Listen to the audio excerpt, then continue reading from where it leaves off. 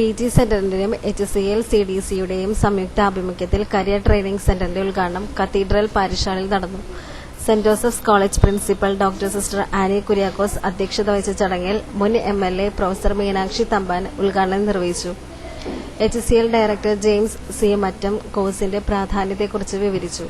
Professor Varghese J. Kuttikkatt, Thomas Vellanikkaran എന്നിവർ ആശംസയും students PG centre director advocate George Arakkal സ്വാഗതവും HCL CIG അമിത് ചൌധരി നന്ദിയും രേഖപ്പെടുത്തി. ചില ഘട്ടങ്ങളിൽ പ്രത്യേകിച്ച് അതിൽ നിന്ന് വ്യത്യസ്തമായി ഈ രാജ്യങ്ങളിൽ ഇപ്പോ ഗ്രേ നേഷൻ, കേരളത്തിനെ പറയാറുണ്ട് ഗ്രേ സ്റ്റേറ്റ് എന്ന് പറയാറുണ്ട്. അതിൽ നിന്ന് വ്യത്യാസമായി നമ്മുടെ രാജ്യത്തെ അല്ലെങ്കിൽ ഇതുവരെയുള്ള രാജ്യങ്ങൾ ഇന്ത്യയും ചൈനയും മാറ്റി നിർത്തിക്കൊണ്ടുള്ള വളരെ നേഷൻസിനും അവരുടെ അധ്വാനിക്കാൻ ആവശ്യമുള്ള മനുഷ്യ വിഭവങ്ങളിലേക്ക്